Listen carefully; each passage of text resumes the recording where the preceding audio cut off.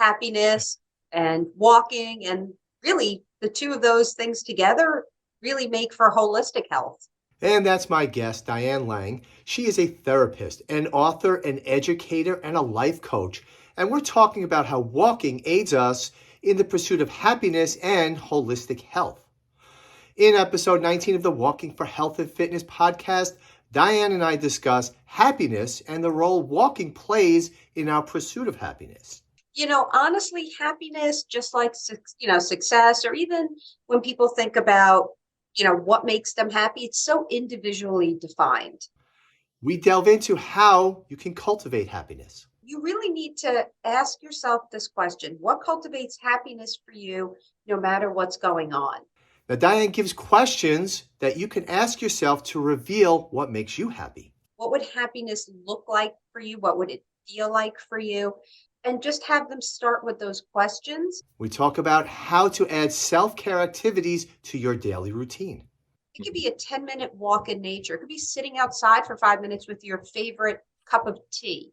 It doesn't matter what it is. It's just incorporating it in there so you get those moments of happiness. It's savoring the moment, having it to look forward to. Then Diane talks about how she overcame a life-altering illness and how you can easily apply her lessons to your life to reap big benefits for your health and fitness.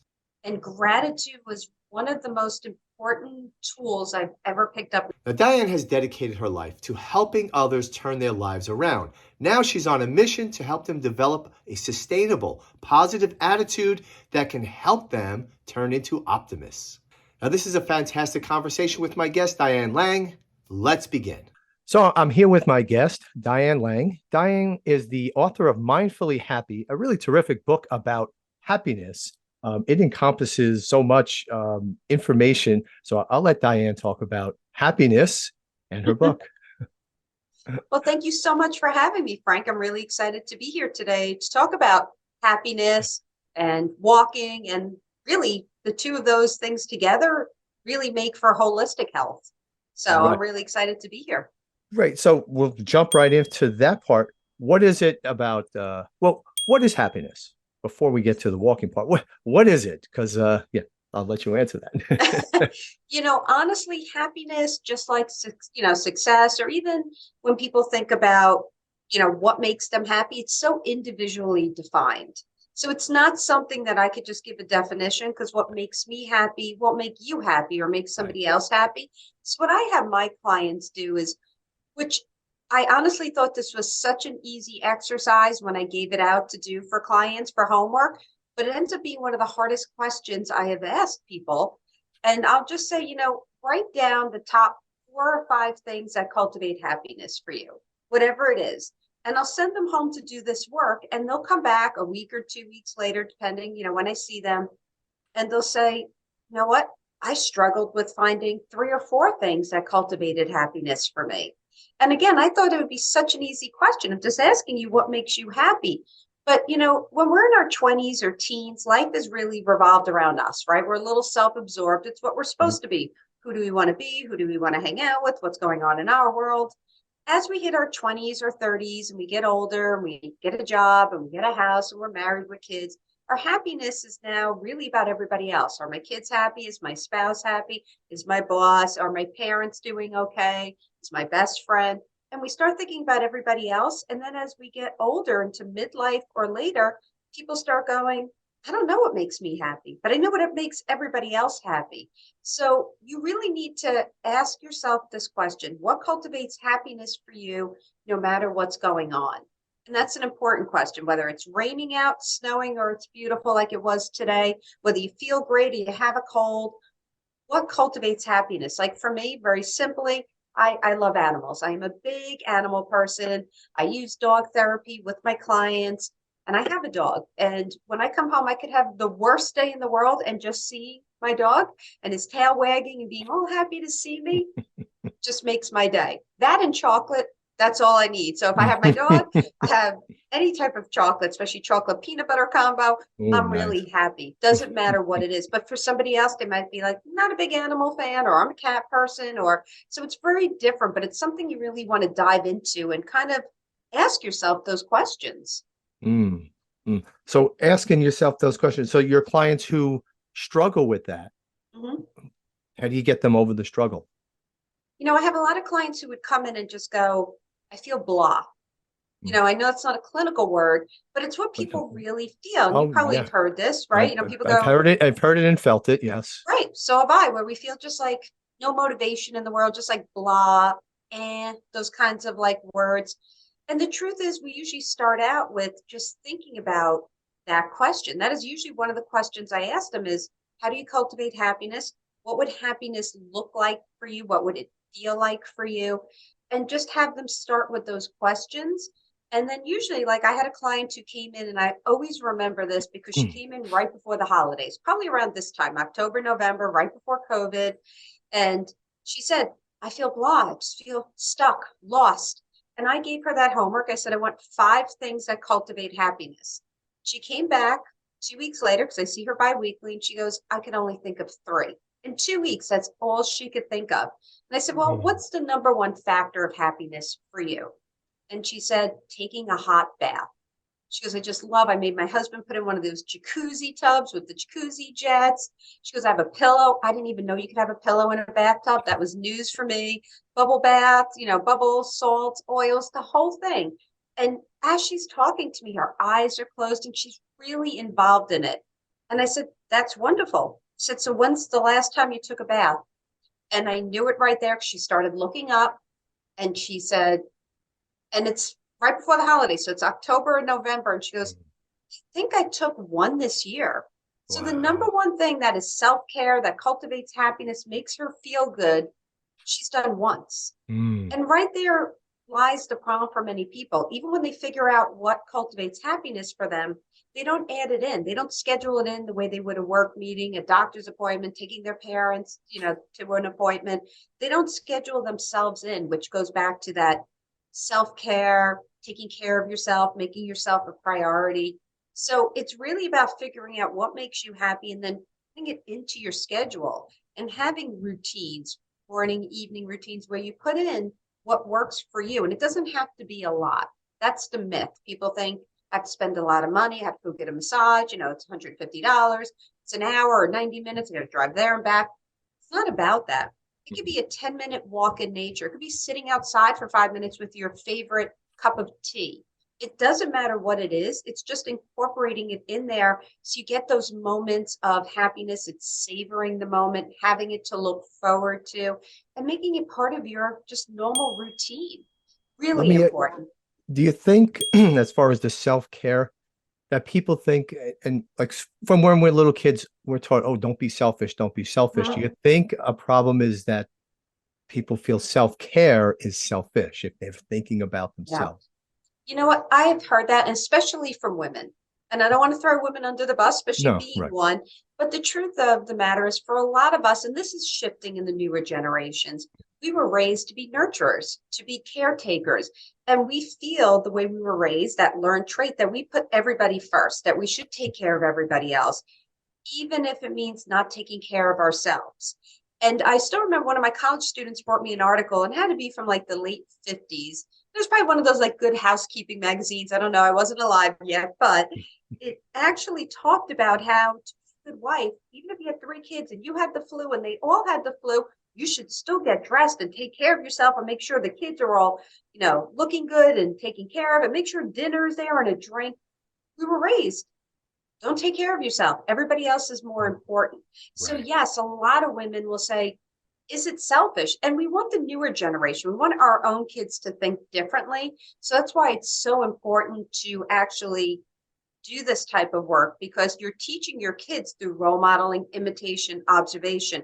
You just say to them, self-care is important, but you don't do it, they're not going to follow you because they're visual learners, between birth and like puberty, which could be anywhere from, late digits of 9, 10 to 13, 14, but they'll follow it by your actions. So by you taking care of yourself, you're actually teaching your kids or your grandkids to make it a priority that they're important. And the Mm. reason being is this: when somebody is selfish or self-absorbed, they don't even think about anybody else. They do what they want when they want it because it works for them. They Mm. don't have empathy, so they don't think about how it's going to affect somebody. When you're actually doing self-care, it's the complete opposite. You're taking care of yourself mentally, physically, emotionally, holistically. You're taking care of yourself so you can be there for the people you love and care about. And by taking care of yourself, you don't get into that burnout state where you don't have the ability to take care of anyone, no less yourself. So you can't give what you don't have. So they're absolutely two different things. And what I've learned is if you're asking the question, self-care, selfish, you're not a selfish person because you wouldn't even have asked that. A selfish Mm. person wouldn't even consider it. They wouldn't care if it bothered you or how it fazed anybody. Somebody who asked that question is probably having that problem and they're probably a little bit of a people pleaser and they have that, or a recovering people pleaser. They're trying to work their way out of it. But if you're asking that, the odds are pretty good you're not selfish. You're just lacking making yourself that priority and putting yourself as a priority. So you burn out, you find yourself snappy or irritable or not in the best health that you could be. Yeah, I think I find that is so important, the self-care part. Oh, We spoke before we started recording. I'm a teacher and I have a free prep in the morning. And instead of sitting in a place where there's a lot of construction in the building, it's dusty sometimes. I get out for a walk. I found a coffee shop, a bagel place about 12 minutes away. No, I've got the time down. I can get down there, fill my coffee cup up, and it's made such a big difference in my outlook at the school year this year. And it's just that little absolutely. thing, that 12-minute walk down, 12 minutes back, and good to go for the rest of the day. So self-care is so important. And that's so important because self-care, when people think of self-care, and again, self-care is something you do for yourself, Mm. but it's also not, it's different for everybody. So it's not going, oh, well, a massage will work because some people don't like a massage and some people don't want to get their nails done or go play golf. The truth is, real self-care is your basic needs. And that's really important. And you could just ask yourself the simple question, are your basic needs met? And, thinking about Abraham Maslow, as teachers, we always think like this, right? The humanistic approach where you have that pyramid, right? And on the top is self-actualization, but on the bottom is your basic needs. And if you don't Mm. get that part done, the foundation, you can't Right. work your way up that pyramid to get to your full potential. It has to start there. And your self-care should be your sleep, very important, diet, how much water you're drinking, just water. We're not talking coffee or Diet Coke or anything, just water. Mm. And then lastly, exercise. And exercise is so important in a mental health way because we call our bodies the pain body. We hold all of our negative emotions on our body. And I don't want to call them negative because the truth is anger, stress, anxiety, worry, fear, they're normal. They're natural. It's just a little more intense. But the only way to get through that, and especially stress and anxiety, we feel it all over our body, is movement.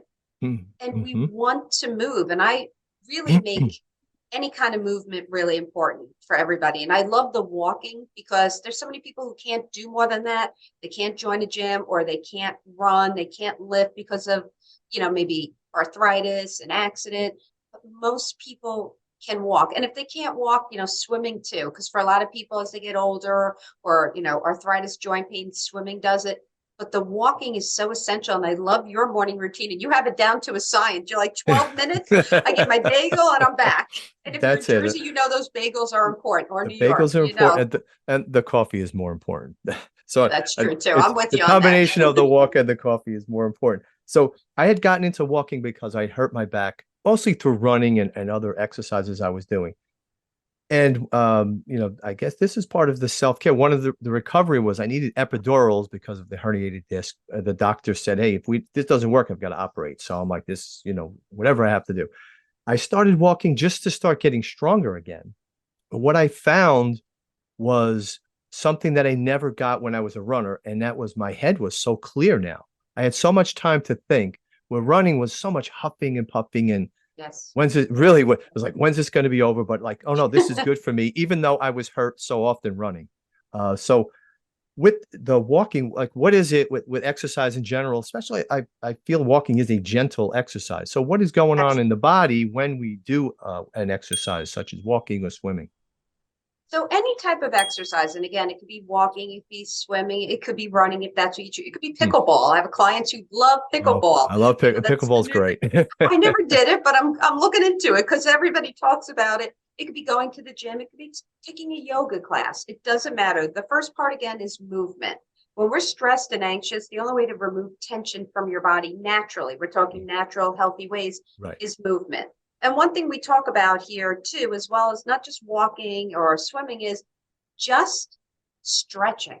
Stretching is so important to remove the tension. I mean, it's great when we talk about physical health because we don't want to get hurt and we need to have a warm up and a cool down. But just for mental health, stretching actually removes the tension from the body. And you can do it, during the day, stretch it out, especially if you're sitting all day at a computer, which a lot of people are. But again, even at night, right before you go to bed, if you want to do a meditation or a muscle tension relaxation technique, which is a mindfulness technique where you could start with your feet, work your way up, or your head and work your way down. You're just starting with whichever muscle group first, you tense it 2 to 3 times and release it each time. And right there, you're doing a stretch. So stretching is so important. And again, just another form of mindfulness. So stretching, if people are stressed or anxious, shaking out their hands, and you can see this, it's going to look funny, but when we shake out our hands and our legs, we're just shaking out the tension. So just shaking and stretching is so important. But walking and any form of exercise, what it does is it produces mindfulness. And mindfulness is so important because when we're mindful, one, we're in the moment. And when we're stressed, anxious, angry, worried, again, all those negative emotions we talked about, we either find ourselves in the past, thinking about what we should have done, what we could have done, regrets, or carrying all that baggage with us into the moment. If we're not in the past, we're in the future where we have anticipatory anxiety of what could happen. But when I'm in the moment, I'm my most relaxed, I'm my most happiest, my most creative, and my most productive. So even if you're going to work for 8-10 hours, taking breaks where you walk or stretch or take a yoga class, whatever you can do, will help with the mindfulness, which gets you out of autopilot, get you back into the moment, which is important. But again, when you're mindful, what you're doing is you are actually reducing your stress hormone cortisol, which is really important. You're lowering blood pressure. You're reducing chronic pain. It calms or self-soothes you. And again, it also helps us with sleep. So mindfulness is just so important. And of course, every time you exercise, again, whether it's a walk or a run, you produce endorphins. And endorphins is that happy chemical that makes us feel good. But endorphins also helps you reduce that pain. And walking obviously is very gentle, which is good for anybody who has any injury. And again, you don't have to run at all. You don't even have to jog. We're talking for mental health, a nice paced walk. And you said something really important. Here in the New York, New Jersey area, we know the weather's about to change. I mean, tomorrow's going to be 70 for anybody here. And for November 7th, that's weird. That's all I can say, but we'll take it. But we know the cold weather's coming, but we want to get there and be outside in the fresh air as often as we can, even in the cold, for this sheer fact. If you're in nature, you naturally produce mindfulness. So just even if you're walking and talking to a friend, walking your dog, have your headphones on, you're still in nature, you're getting all that fresh air, you're getting the sun, which is vitamin D. Vitamin D is so important for our bones, which we know, great for our immune system. I mean, studies talk about it being one of the best supplements for COVID. And we're back in the fall where COVID and flu and all that comes back. But for mental health, it's one of the best for your moods. So the more sunlight we get, in the nature and the fresh air and the cardio mixed together, it's almost like a natural antidepressant or anti-anxiety pill with no side effects. All right, the biggest side effect is that, it might be a little cold outside and you got to put a jacket on. But something to remember with happiness is the happiest countries in the world, and it's not America. We're not even near it. It's like Finland, Denmark, really cold. The cold, right, really cold. And they know the secret. They go out there in layers, they pull them off. They don't care what the weather is. I mean, obviously within reason, obviously you want to be safe, but they're out there as often as they can throughout the whole winter because they know that's what brings happiness. It's, doing things, activities, as well as being in the sunlight, the fresh air, the cardio. They know that. And there are some of the happiest countries in the world are some of the coldest. So we have to learn, if you're not living in Florida, which I wish I was, but while I'm here in New Jersey, layer up and get out there as often as you can, because it Yeah. makes a difference. And now it's sunnier out in the morning. Now that we had daylight savings, Mm. you can actually see as you go to get that coffee while you're walking, just wear those layers, and 12 minutes is doable, Yeah. before we get too cold and we're like, okay, I'm miserable, I want to go in. Absolutely. I also found in the colder weather, walking in colder weather, the air itself, the air quality just feels better. Yeah. Walking in North Jersey in the summer is hot, muggy, and just I don't know. You can almost feel the pollution. I don't know if it is so polluted here. I don't know, but in the wintertime, it's such a different feel on when I'm breathing, and I feel it differently. You get that cold breeze hitting your face. Feels a lot better than that warm, hot, muggy breeze. I It don't know. does until it gets really cold, like 30s, 40s, 50s. Yeah, but when it starts hitting like the -0, Oh, I'm well, I'm, yeah. I'm going to I'll be stay inside. inside. I've been out with that. I think the coldest has been about 10 for me. Oh, that's too cold for me. That's Yeah. when I want to And be in Florida. bundle up and then just get out there. It's very quiet though at 10 degrees. So give that a shot one day. Yes, that is No one, true. because no one's out. No No, one's it's driving just you around. and nature. So back to the mindfulness part, the being in the moment. It sounds easy. How do you do it though? Because I mean, my head sometimes spins 100 miles an hour, past and present, past and future. And the moment, I'm like, I know this is important to be in the moment, but how do I be in the moment? Yeah. You know I, what? It's tough. And just remember this for everybody. We have over 60,000 thoughts a day. yeah. So your mind never stops. It's a Mm. myth that if you meditate, you're going to be totally thoughtless. And I don't want people to have that stress, because it's not true. You're having that many thoughts. And recently the latest studies say that it used to be like half of those thoughts were negative. They're now saying it's like 90% are negative. Now, partly because we all have a negative bias, it's genetic, everybody has it. So we tend to go towards the negative. And for a lot of people, if you have mental illness, or, it runs in your family, or it's also could be being a pessimist can be a learned trait, or they call themselves realists now. So I'm going to call them what they say, realist. But, the truth of the matter is, negativity is very easy to stay there. So people get stuck in it and having that many thoughts and all that negative. So when you're mindful, you're going to still have thoughts. So that's the first thing. The second thing is never judge. There is no right or wrong with being mindful. There's no right or wrong. And you could do something different for a different amount of time. It doesn't matter. So when you think of mindfulness, you probably think of like taking a yoga class or meditation, those types of things, deep breathing, because those are all forms, but those are intentional practices of being mindful. There's so many ways. So if you're taking a walk, you're actually already being mindful. It's actually scientifically one of the best ways to get mindfulness is just going for a walk, Mm. literally. And you clear your head. You probably notice this on your 12-minute walk, or even any other time you walk. When you walk, you actually clear your mind without trying. You get back and you just feel different. You feel lighter, and it kind of clears the thoughts. If a thought does come up, let it come up and just identify it and having a thought, and then let it flow out. It will flow out. Don't give it much attention. Just notice Mm. it. What Let what it I've go. been what I've been doing is from your book, Mindfully Happy, um, the counting of staying okay, 1 2 3 4, trying to get to 40 without the mind wandering. And I Yeah. find that really brings me into not thinking the past or the future, but in the present of just that number in my head, 2 3.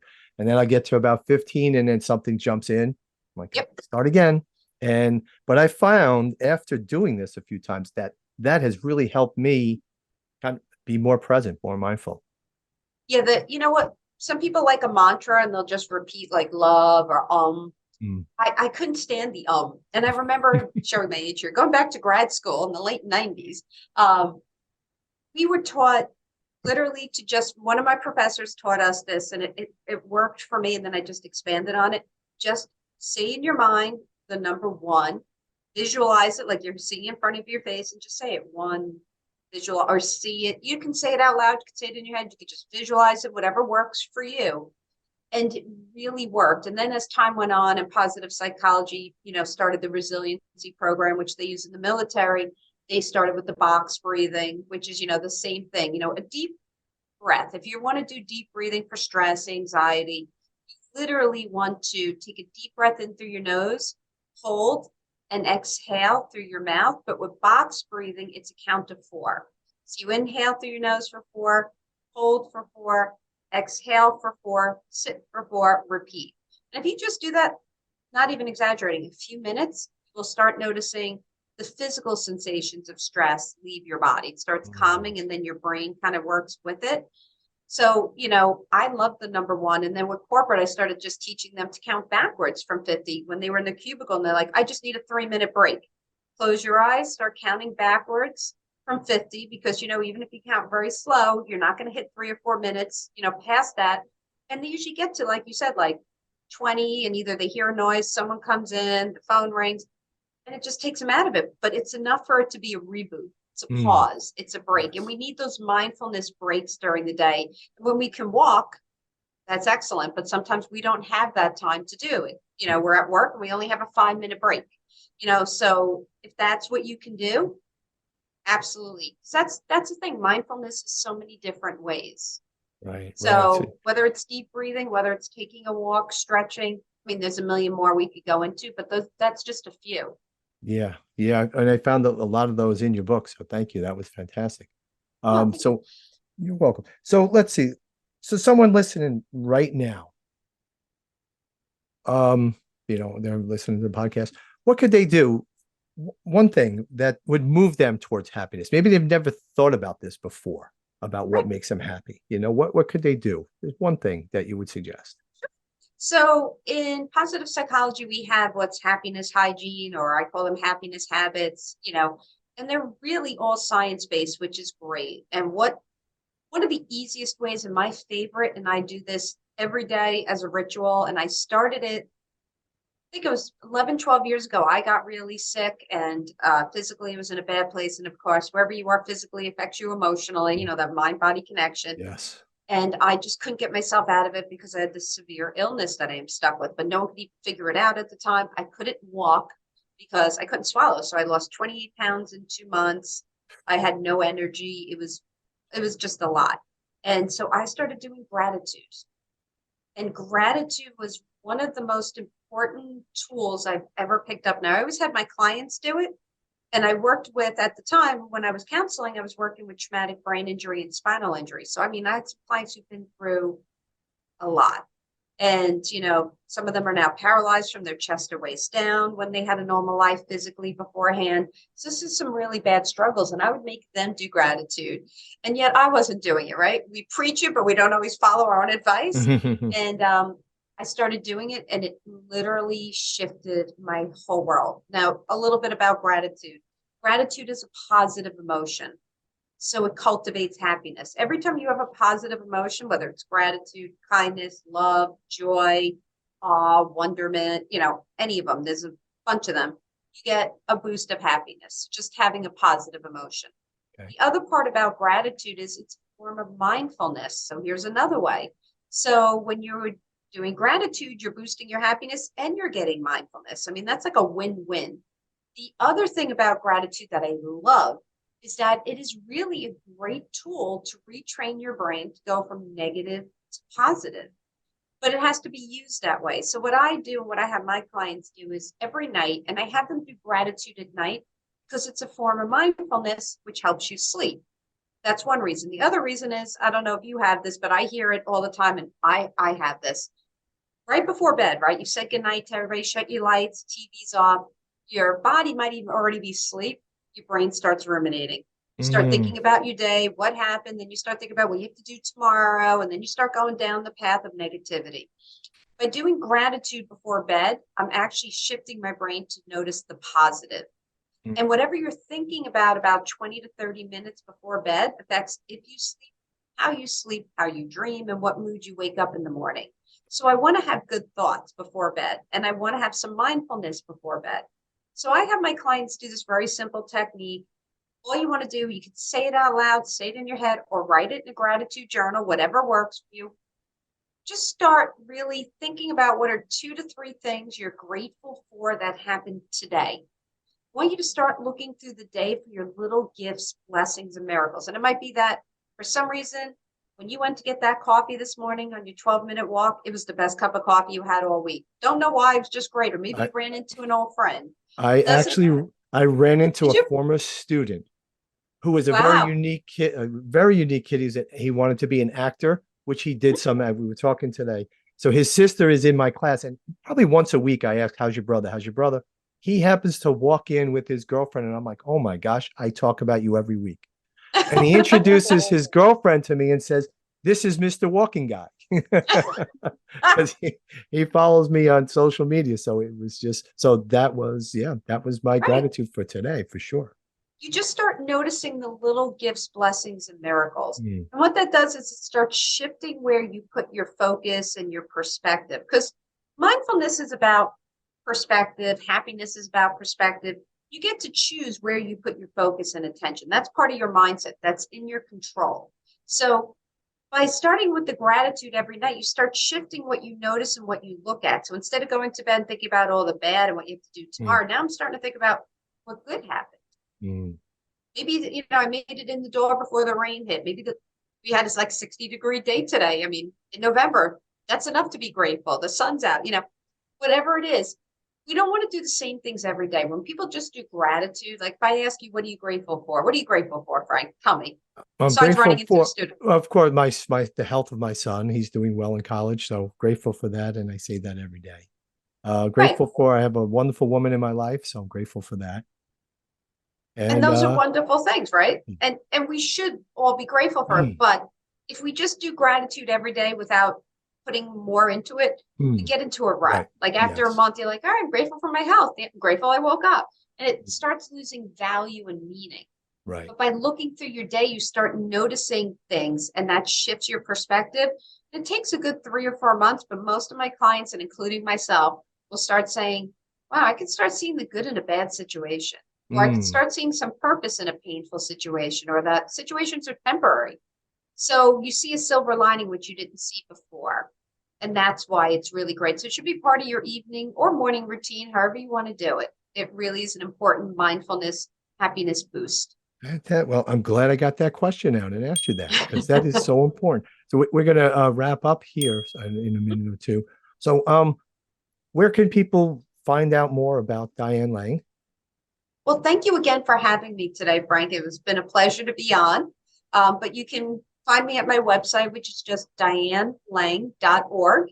And on there, you can sign up for my free newsletter. It just gives tips and tools every Monday on how to live your best, happiest life and how Mm-hmm. to be a little bit more mindful. So you can sign up there and you get a free ebook out of that as well. So Very nice. Well, I downloaded the ebook, read it, said I need this book. So it's been very, really good, lot of resources within that book. I love the opening quote that you use. Happiness depends on us. I like that from Aristotle, I sure. believe. Yeah, It's like for sure. self-care. It's all done for you, by you. So you Yeah, have to do the work. that's it. Well, Dan, thank you so much. It's such a pleasure talking to you. And I let me just tell the audience, I met Diane at a workshop, a presentation she did at my high school. And so funny, someone today, I was telling someone, oh, I'm interviewing the happiness lady. That's what I called you. And she says, oh my gosh, when she was speaking, I turned around to someone and said, Frank Ring has to talk to this woman. So a lot of my colleagues put it out there, and that's why I had approached you and to come on. So thank you so much. It's so much I'm appreciated. glad you did. And it was a pleasure being here. And everybody, as Frank would say, get out there and walk. Get out, walk on. It's the easiest way to get in shape and stay in shape, physically and emotionally, for sure. Absolutely. Hey, this is Frank again for Walking for Health and Fitness. Check out the other videos that I have playing all around me here. Again, I've got some great content to get you on your way to better health and fitness through walking.